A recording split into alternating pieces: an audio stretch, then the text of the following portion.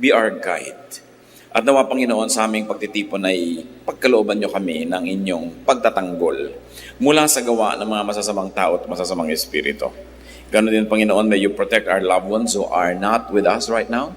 And may you take care of all of us like who you are, a father, shepherd, that you are our leader, our teacher, our shelter, and our fortress.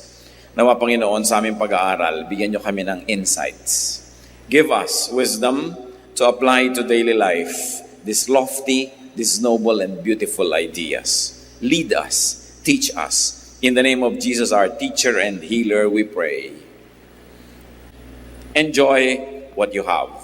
Ecclesiastes 6, verses 1 to 6. I have seen another evil under the sun, and it weighs heavily on men. God gives a man wealth, possessions, and honor, so that he lacks nothing his heart desires. But God does not enable him to enjoy them, and a stranger enjoys them instead. This is meaningless, a grievous evil. A man may have 100 children and live many years, yet no matter how long he lives, if he cannot enjoy his prosperity and does not receive proper burial, I say that a stillborn child is better off than he. It comes without meaning, it departs in darkness, and in darkness its name is shrouded.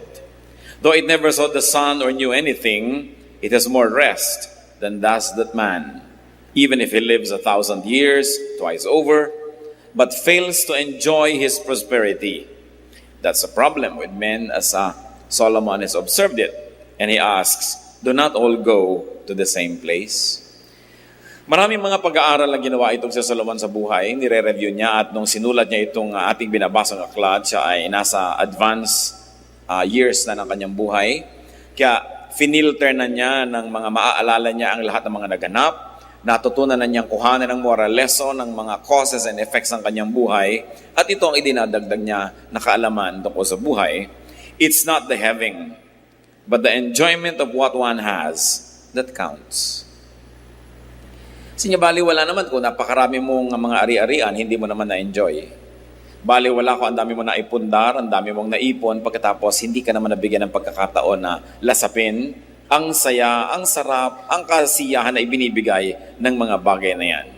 So not all who possess enjoy the possession. And it is one irony of life. So many people work so hard to put up many houses that they never get to live in. Many people work so hard to have many vehicles that they never get to ride and use because of many reasons. One of them, the law of physics, that a man could be only one place at one time. So hindi mo naman na-enjoy ang marami. Marami kang binibili mga damit, pero gaano karaming porsyento sa binibili mong damit ang talagang naiisipan mong gamitin at gusto mong isuot. Kung minsan, pag naisuot mo minsan nung isa, hindi ka nasarapan, nakatihan ka o nahirapan, hindi mo na halos gamitin uli. Pero ayaw mo namang ipamigay, ayaw mo namang alisin sa cabinet mo, pampasikip sa iyong buhay. How much percent of the pairs of shoes people have, especially to those who have many pairs of shoes, do they really get to use often?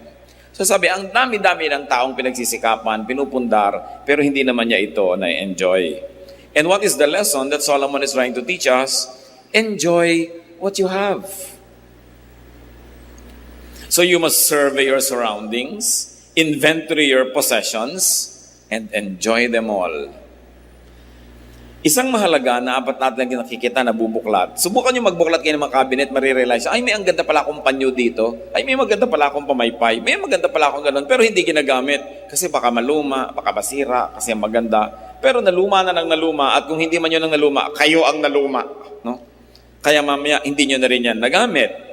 Kung minsan magbubukas ka ng mga cabinet ng mga pagkain, ang daming magagandang mga canned goods, masasarap, nag-expire na sa katagalan, ay pinag-iintay ng special visitor para buksan at naluma na at nakuba na yung lata na baliwala. Solomon is saying, baliwala ang lahat ng iyong tinamasa, pagkatapos inipon, yung pala hindi mo naman magagamit. So every so often as possible, you must take a look and take an inventory of what you have and decide to enjoy what you have. And if you think that you cannot enjoy it in the next 3 or 6 months, give it away. No? Pati po mga damit natin, pagka hindi niya nagamit ng 6 months yan, in the last 6 months, ibig sabihin hindi niya na magagamit yan, ipamigay nyo na para magamit na yan ng iba. Kasi laging hiniwalay mo na, gusto mo na ipamigay, pero nung tingnan mo ulit, teka, maganda pa to, balik na naman sa cabinet. No? Pero ang nangyayari lang, nagiging liability. Do not be obsessed with conservation. Do not be obsessed with preservation. Na baka pag ginamit natin ang sofa, masira. Baka pag ginamit natin yung magandang tea set, mabasag. Baka pag ginamit natin yung magagandang baso, mabasag yung isa, hindi na sila pares-pares.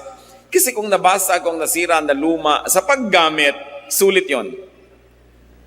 Pero kahit bagong-bagot ang ganda-ganda, naghihingalo ka na, namatay ka na, hindi mo nagamit, yun ang baliwala. Yun ang sayang. And many people don't want to use precious and beautiful things for fear of losing them. Alam niyo yung kasabihan, something's lost and something's gained in living every day. So kung meron kayong isang magandang bagay at ginamit nyo at saka gagamit nyo na wala tuloy, ganun talaga buhay. Talagang may nawawala, may dumadating, may umaalis. Pero hindi nga nawawala dahil naka-estante, naka-cabinet, naka-lock. It's as good as wala. Kasi hindi natin nagamit.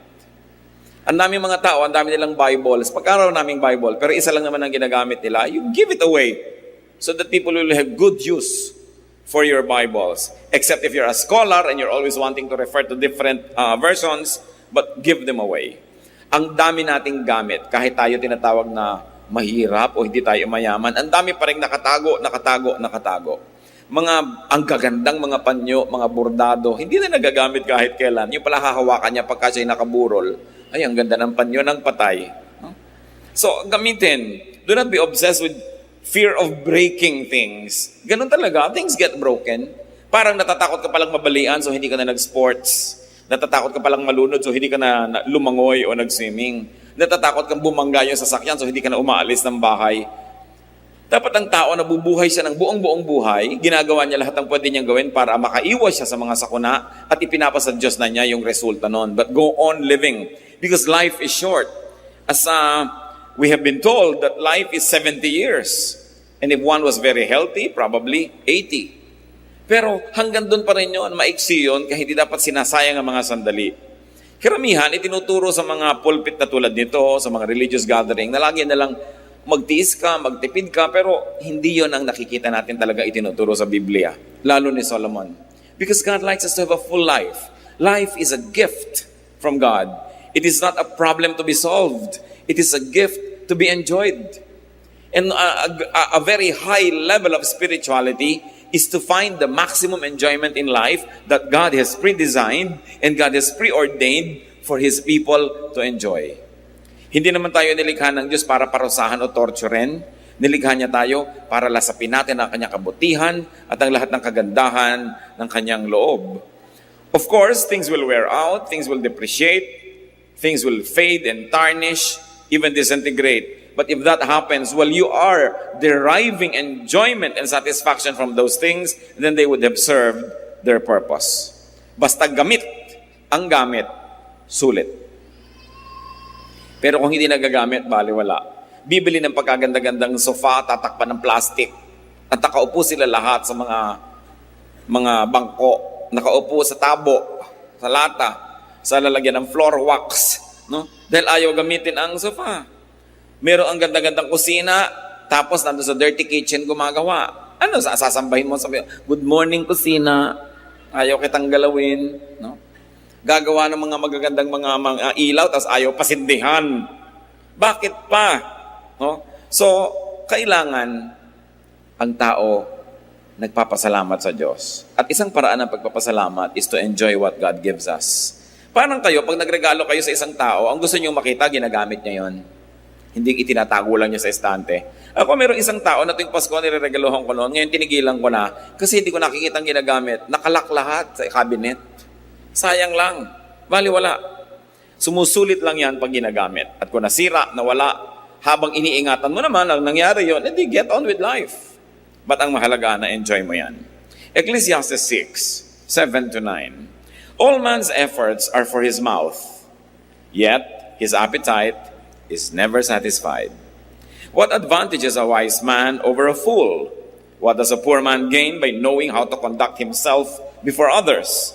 Better what the eye sees than the roving of the appetite. This too is meaningless, a chasing after the wind. Pag atin pong inanalyze ang philosophy ni Solomon, masyadong deconstructive kung minsan dun sa nakasanayan ng marami na dapat gawin. Kasi sabi niya, ano bang napapala nung mahirap na sobrang magpagod para mag-aral ng mga bagay na ikasisiyan ng mga mayayaman? No? Ay wala naman. Mamamatay ka rin. Mamamatay siya, mamamatay ka rin. Sabi, ano ba ang mapapala nung marunong kaysa doon sa mangmang? Pareho rin niyang mamamatay at pareho rin maaagdasyan. Now, let us not take these things very, very literally. Hindi niya sinasabing baliwala na mag-aral ka ng manners o i-refine mo yung mga paraan ng pamumuhay. Hindi niya sinasabing baliwala yung matuto ka kasi siya nga nag-aral din ng nag-aral. Ang ibig lang niyang sabihin, don't be too serious about these things. Natuto ka, gamitin mo. Hindi ka natututo, don't despair. May buhay ka pa rin at tuloy pa rin ang iyong buhay at kapareho ka lang ng mga marurunong, pareho lang kayong buhay at pareho rin kayong mamamatay. It is very liberating to learn from Solomon, not to take ourselves too seriously, not to take every detail of life too seriously, and then to make the most out of every event in life. So anong itinuturo dito ni Solomon sa verses 7 to 9? Enjoy only what you have and do not covet what you do not have. Sabi niya, better what the eye sees than the roving of the appetite. Mabuti yung hawak mo na kaysa sa yung inaasam mo na malayo. So sabi niya, kung anong meron ka, yun ang iyong enjoyin. Marami pong tao miserable, hindi masaya, hindi kontento, kasi kung ano yung meron sila, hindi yun ang kanilang ine-enjoy, at kung ano yung wala, yun ang inaasam. Hindi na magtutugma kahit kailan yung supply at demand, at lagi na lang siyang laging parang kulang. Parang sabi ni Percy Bysshe Shelley, isang Ingles na makata, we look before and after. We don't look at the now. We look before and after and pine for what is not. Ang hinahanap ay yung wala. Ang gusto ay yung hindi pwedeng mangyari. Kaya lagi na lang kulang at kulang. Mga kapatid, anong ibig sabihin to enjoy what you have and not to covet what you do not have? It can mean misery. It can mean happiness kung naintindihan natin ang ibig sabihin nun. Lahat ng tao, meron po tayong pag-aari. Meron tayong atin. Meron tayong sariling bahay. Kung hindi man, nire-rent mong bahay. O kaya nakikitira ka, di arkinin mo sa iyong puso na ito, yung bahay ko. Pero kung ang laging isipin mo yung bahay ng iba, hindi ka nasasaya. Ang bawat tao may trabaho, may profesyon, may ginagawa. Kung ang lagi mong kinakaingitan yung ginagawa ng iba, ano lang mangyayari sa buhay mo? Lahat tayo may kakayahan, may talento. Lahat naman tayo may ilong. May tao ba namang walang ilong? Pero laging ilong ng may ilong ang kinakaingitan mo at gusto mo maging korte ng ilong mo ang ilong niya, hindi ka talaga sasaya. Ang sinasabi ni Solomon, ayan ka, maraming binigay sa iyo ang Diyos. May mata ka, may ilong ka, may kamay ka, may kulay ka, ayan ang kutis mo. Ba't laging gusto mong maiba yan? Kaya lagi ka nalang laging kulang, kaya lagi ka nalang hindi masaya. Desiring this man's art or that man's scope, with what I most enjoy, contented least. Sabi naman ni Shakespeare. Lagi nila ang gusto ko yung kaya niya, yung ginagawa niya, yung talento niya. Kaya tuloy nagsisikap ang tao. At sabi ni Solomon, napakaraming pagsisikap ng tao dahil lang sa inggit sa kapwa. Kaya lang naman aral ng aral, hindi naman dahil gustong matuto, dahil gusto niya mas mataas yung grade niya kaysa sa kanyang classmate. Kaya naman palaki ng bahay, hindi naman dahil kailangan kasi nakikipag-compete pala siya sa laki ng bahay sa barangay nila o kaya sa mga kapatid niya o sa mga pinsan niya. Sabi niya, so much of what man does is born out of envy. Kaya nakikipag-compete. No?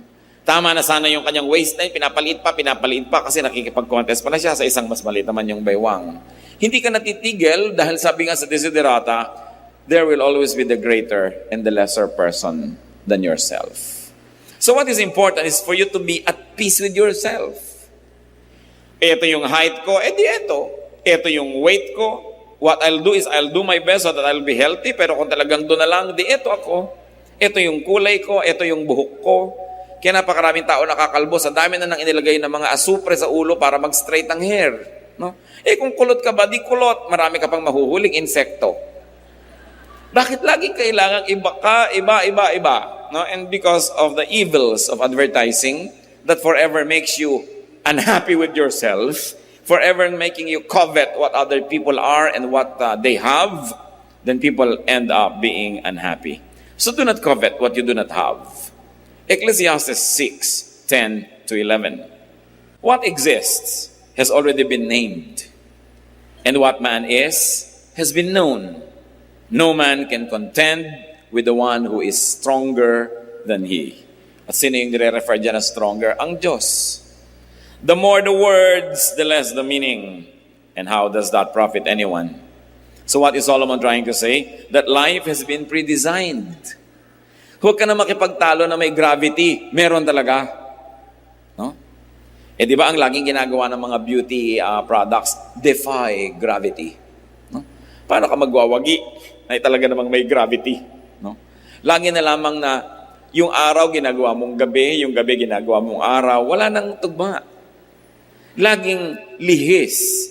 Sabi, huwag ka na lang makipag-contest dun sa nakatakda na. Mag-adjust ka na lang, sasaya ka pa. It is pointless to argue with God. Meron pang, bakit ba ako naging Pilipino? Sana dapat ako Eskimo. Eh, Pilipino ka nga, kahit mangisay ka dyan, mapapalitan mo ba yung katotohanan na yon? So, magpakabuting Pilipino ka na. Maraming, bakit ba ako pinanganak na mahirap? Mapapalitan mo pa ba yung araw ng iyong kapanganakan at ang iyong sitwasyon? So, gusto mo palang umasenso, paasensohin mo lang sarili mo. Pero huwag mo nang sisihin ang iyong mga magulang, sisihin mong lumaki ka sa isang pulo, sa isang probinsya, kasi ganito, kasi ganyan. Sabi ni Solomon, walang mangyayari. Nakatakda na yan. Mag-adjust ka na lang, sasaya ka pa. So it is pointless to complain about life. Dahil sabi niya, how can you fight somebody who is strong? Meaning God, if God in His infinite wisdom has so ordained that this is going to be like this, then let it be. Samantalang hindi naman naniniwala ang inyong lingkod na bawat detalye ng buhay natin ay nakaguhit na, nakasulat at nakatakda, na para lang isang script na babasahin, pero may general framework ang buhay na talagang nakatakda at hindi na yun naiiba pa. Yung mga detalye na lang, how you deal with it. Halimbawa, talagang ang tao ay mamamatay. Kung nakatakda yun, may magagawa ka ba para ibahin yun? Pero siguro naman, kung nag-iingat ka sa buhay at kinakasihan ka ng magandang panahon, mapapahaba-haba mo ang iyong buhay kaysa sa iba na hindi maingat. Pero kahit mapahaba mo pa ng plus 20 years yan, mamamatay ka pa rin. Na kahit anong gawin mo, ang tao talaga ay nakakasakit. So kung lagi ka nalang takot at takot magkasakit, hindi ka na nagkaroon ng life because you're always afraid that you might get infected, then you will be miserable. May general rules. Those are unchangeable. But the details you may influence with your character, with your prayer, and with the way you live your life. But there are unchangeable realities that we really simply have to accept. Merong mga ganyan mga tao pagka gusto ninyo magpahinga, gusto niya maging active. Pag gusto niya maging active, siya pahinga. In one family, it is horrible to have a member like this. Lahat kayo gusto niyo mag-outing, biglang gusto niyo mag-stay home.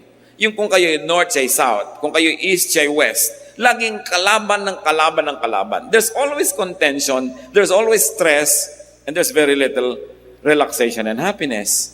So sabi nga, umayon. No? Umayon. Umayon sa panahon, may tag-init, may tag-lamig.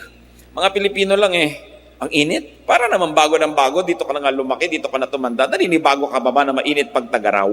Ang init, ang init.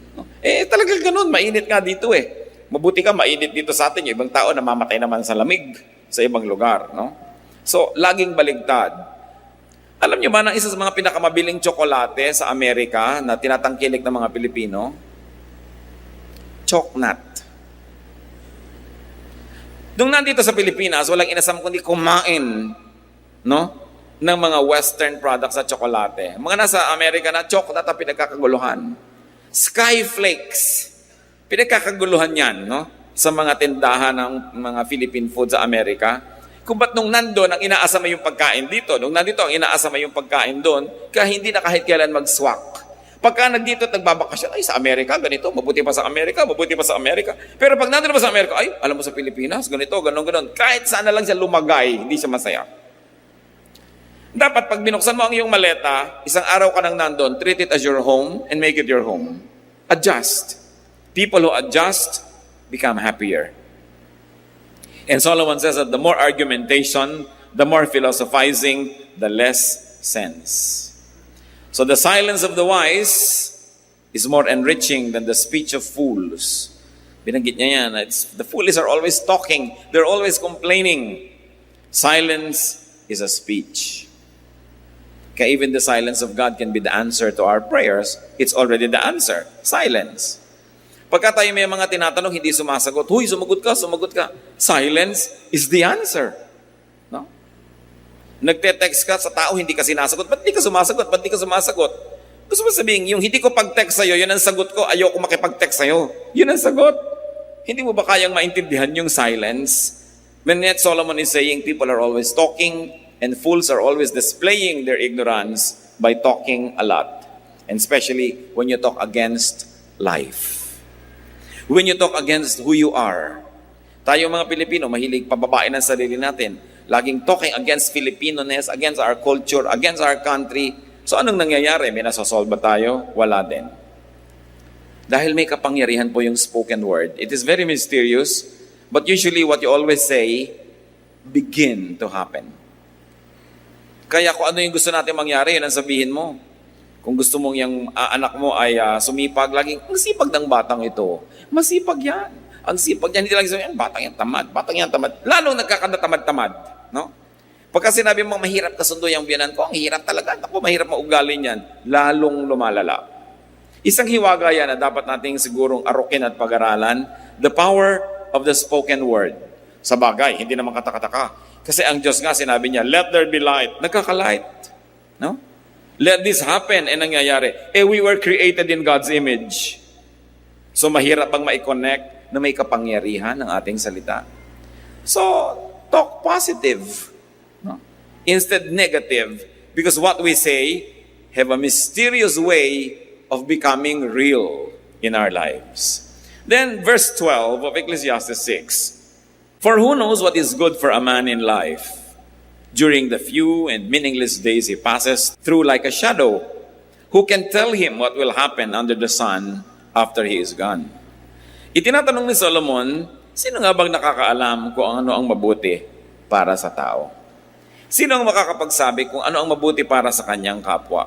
Dito sa maiksing buhay na ito, na napakarami namang walang kahulugan. Meron bang makapagsasabi kung ano ang naghihintay na bukas sa atin? Kung ano ang mangyayari sa hinaharap? So what is Solomon trying to say here? That no one really knows the mystery of life. No one. No one really knows the dynamics of man, how to live, and what is good for others and for himself. So anong i-apply natin dyan?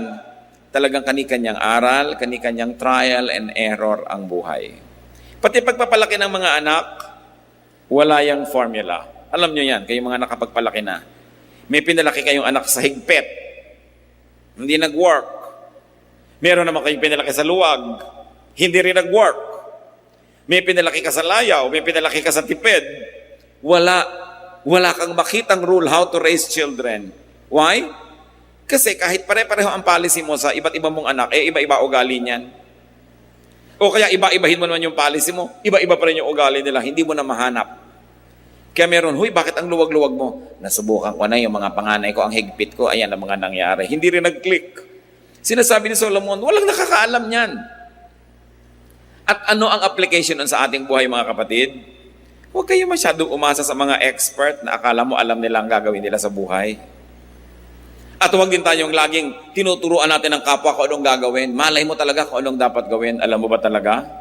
So binibigyan natin ang sarili natin at ang ating kapwa ng kalayaan na pag-aralan ng buhay at gumawa ng mga experiment din sa buhay. Don't play it too safe. Because to play it too safe, when nothing happens in your life, that's when you don't have a life. And what does it mean? That we must allow ourselves to commit mistakes. And that we must allow people around us to commit mistakes. Because nobody really knows what to do. Hindi talaga natin alam ang buhay. Kaya sinasabi ni Solomon, just relax and enjoy life. Don't be too serious. Gusto mo lagi kang maging top, maging honor, hindi ka na lagi mag-enjoy niyan. O may mga upgrading period, may mga time na hindi ka honor, di wag. Ngayon, kung kaya mong lagi maging honor without stealing happiness from your own self and without making other people miserable, then it's all right. You don't always have to be number one. And brothers and sisters, if you can, whenever you can, be wise. Don't be number one. Yan ang isa sa mga pinakamahihirap na mga pasanin sa buhay, that you are number one. Una, mahirap maging number one. Pangalawa, ang hirap i-maintain ang pagiging number one. Wala ka nang gagawin kundi i-maintain yan. Look at many students, ng mga honor students, they are robbed of their childhood. No, lagi na lang isinusubsob ng nanay sa pag-aaral, mag-aral. Hindi na naging bata kahit kailan. Hindi na nakapag-enjoy na maging bata. Kasi may obsession. Kung obsession ng magulang, yung anak niya laging malinis, hindi na nag-enjoy ang bata, parang manika na nasa eskaparate. You know, a child must be clean enough to be healthy, but dirty enough to be happy. No? Parang bahay din. A house must be clean enough to be healthy, but dirty enough to be happy. Kasi kung minsan parang ospital na yung bahay mo, ang higpit pala nung misis na nakatira doon, no? Pati yung asawa, pagka humiga sa kama, nalukot. Tumayo ka, nalukot. Ayusin muna natin. You know, nilalayasan ng asawa yung mga ganon. There must be a little carelessness, a little, relaxation for life to be nice. Merong mga tao nakahiga na lang at lahat, may makikita pang kaprasong palito sa sahig, babangon pa para linisin. Sobrang obsessed. Pero, you don't only make yourself a slave, but you make everybody else around you miserable, especially when they do not share your enthusiasm and they are compelled to dance to your music. Kaya dapat din natin ginagawang goal, yung madali tayong makasama, yung masarap tayong kasama. No? Hindi yung napakahirap kang kasama, lahat para nakatungtong sa dulo ng sibat, kailangan mag-balance ka, lahat ng gagawin mo, den numero. So, hirap na hirap ang iyong kasama. Let others enjoy their lives. Why? Because Solomon said, nobody knows how to live life. So don't pretend that you know, and don't pretend that you can impose on others how to live. Hindi ko mo ikaw ang kumikita, hindi ko mo ikaw nagpapakain sa yung mga tinatangkilik, yung style mo na lagi ang masusunod, yung haba ng patilyang gusto mo ang patilya ng lahat ng pakain mo sa buhay, yung paraan mo ng pagkain, yung timpla ng iyong suka ang gusto mong masunod ng lahat dahil ikaw yung may pera. Giving people around us the freedom that God has really intended for every human being is one of the greatest gifts that we can give to people. Napakarami pong buhay, mga kapatid, hindi talaga naipamuhay ng may-ari kasi nakasunod lang sa anino ng iba.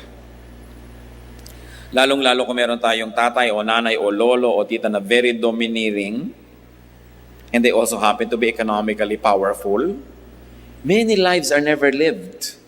They just become footnotes of the life of the people who control them. And because we really don't know, nobody's really sure what works and what doesn't, we must permit the other person, those who are near us, to live life in the way they think they should live it. We should not even impose our morality, even our religious beliefs on others, because even a religious belief is very personal. Ayaw mong kumain ng ganito, huwag mong ipilit sa iba. Ayaw mo ng ganitong gawin dahil sa iyong morality, huwag mong ipilit yan sa iba. Kasi tayo isa-isa, kanya-kanyang haharap sa Diyos. Kanya-kanya tayong mananagot. Ecclesiastes 6:12, for who knows what is good for a man in life? Talagang napakaraming susubukan mo para mo malaman. No one really knows what is good for a man in life. Tanong, lahat ba ng mga financial advisor mayaman? Diba ang dami ngayon, may bagong profession ngayon sa bangko, yung wealth manager. Ang itatanong muna, teka muna, iha, wealthy ka ba? Hindi po, empleyado po ako dito. Anong malay mo na mag-manage ng wealth ko? Wala ka naman palang wealth, no? At hindi mo naman pala nagawang wealthy ang iyong sarili. Mga counselor, no, kaya kung counselor, itong tama. Teka, tahimik ba ang buhay mo? Payapa ba kayo mag-asawa? No, tahimik ba ang iyong pamilya? Tapos counsel ka ng counsel dyan. So, do all counselors enjoy a peaceful life? Are all doctors healthy? Are all caregivers strong? Are all preachers godly? Can fortune tellers tell their own fortunes? Bakit maraming manghuhula na mamatay, hindi nila nahulaan na mamamatay sila? No? Can all fortune tellers foretell their own future? Are parents and elders always right? You know that the answer to all this is no. So who are we to impose on others? Ang Diyos ang lumikha sa bawat isa sa atin. Meron tayong mga hiram na mga roles. May authority ka over your children, over, or your students, kung teacher ka. Pero hiram na role lang yon kasi ang tunay lang na authority, Diyos. At ang Diyos, God sets people free. God allows people to know even through elimination and through committing an error. So they say, it was wrong, then I know I'm better now. We must never live the lives of others for them. At yan ang problema ng mga taong sobrang dominante. Control natin ang lahat. Let go. Because they don't enjoy and neither do you. Since no one really knows and understands life, we should be cautious in giving advice, in imposing our beliefs on others. Ecclesiastes 6:8, what advantage has a wise man over a fool? What does a poor man gain by knowing how to conduct himself before others? The obvious answer is, wala. Wala naman. So kaya, ang tanong, ano ngayon ang mahalaga sa buhay? No matter what their situation in life, all people die. So the business of living is just live to the max. Live life to the fullest within what your today allows you.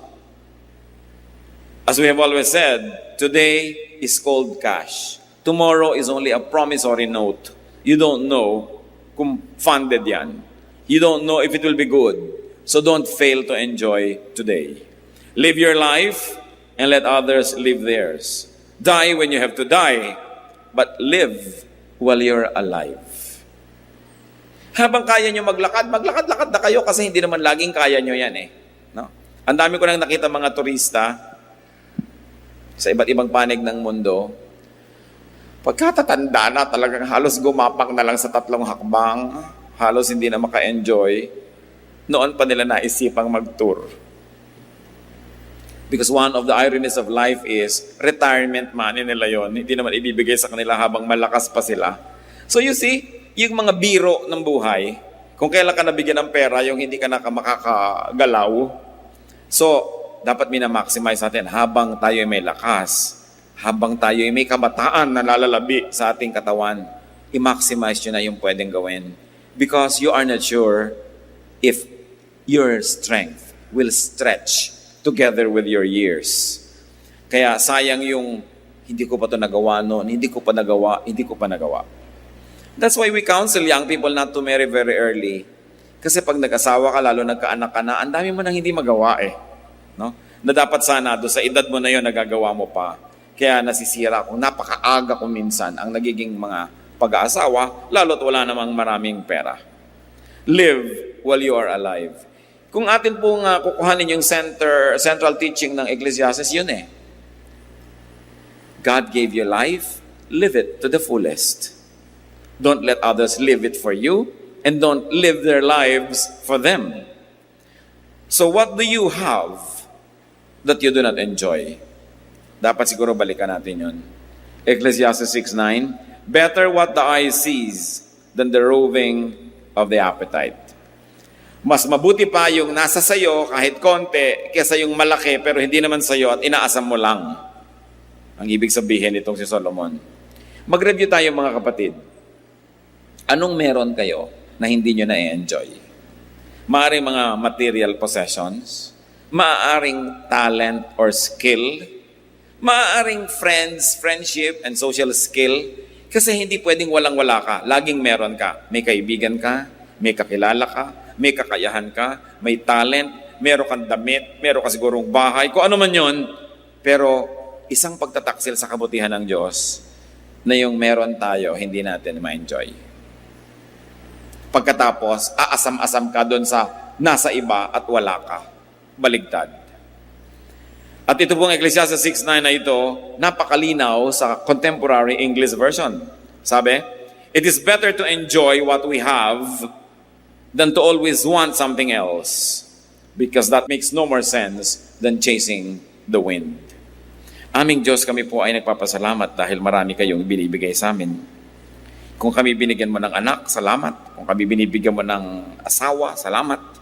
Kung kami binibigyan mo ng magulang, Kapatid, salamat. Kung binibigyan mo po kami ng bahay o sasakyan o natitirhan, salamat. Kung binibigyan mo kami ng lakas ng katawan, kapangyarihan, talent, salamat. Turuan niyo po kami, Panginoon, na maging mapagpasalamat, maging appreciative sa mga bagay na ito. At huwag kaming umasam doon sa bagay na wala sa amin ngayon, bagamat di naman masamang pagsikapang magkaroon, but teach us to enjoy what is here, what is now. So that we may never waste today and we may never be possessed by regrets in the future. Kung may mga sinasayang kami, Panginoon, na oras na dapat sana'y nagagamit namin sa pinakatamang activity na bagay sa oras na yon, gisingin niyo po kami at ipakita yon. Sa bawat edad ng buhay, below 10, below 20, below 30, below 40, 50, 60, 70, lahat ng ito, Panginoon, ay may kakambal na mga dapat gawin. Ituro mo sa amin na lumagay sa lugar at gawin namin yung kakambal ng aming edad, kakambal ng aming lakas, kakambal ng aming mga kakayahan. Yun ang magawa namin. Not to be doing the wrong thing at the wrong times, but to always be attuned to the seasons. Solomon said that for everything there is season and a time for every matter under heaven. So teach us, Lord, to time our activities, to have the wisdom to know what is good to do at this and that time so that we may benefit. Ipakita mo sa amin ngayon, Panginoon, kung may mga opportunities kaming pinapalampas na hindi dapat palampasin. Kung may mga lakas kami mga sinasayang. Magbulay-bulay tayo, mga kapatid. Hingin natin sa Diyos yung personal application ng chapter na ito. Surely it was recorded in the Bible for our benefit. Kailangan lang hanapan natin ang kahulugan at hanapin natin kung ano ang kahulugan nito sa ating buhay. Let's spend some moment in silence and ask God to give us wisdom in applying these truths in our lives. Surely Ecclesiastes is a very useful book. Ask God to teach you why and how.